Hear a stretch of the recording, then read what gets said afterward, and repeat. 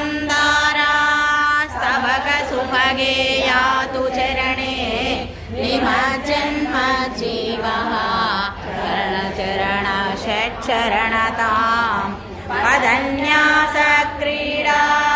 परिचयमिवारब्धु मनसः स्खलन्तस्ते खेलं भवनकलहं सा न जगति अतस्तेषां शिक्षां सुभगमणिमञ्जीररणिता चलादाचक्षाणां चरणकमलं चारुचरिते गतस्ते मञ्चत्वं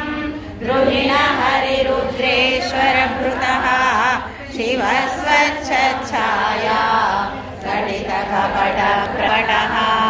त्वदीयानासां प्रतिफलनरागारुणतया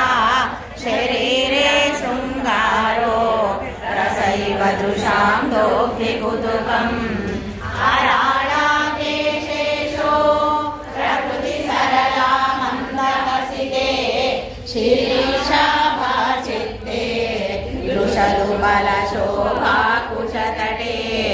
वृषं तन्वी मध्ये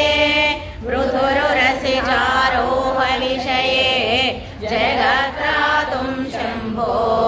जयति करुणा काचिदरुणा कलङ्कः कस्तूरी रजनिकरबिम्बं जलमयं कलाभिकर्पूरैः मरकतकरण्डम्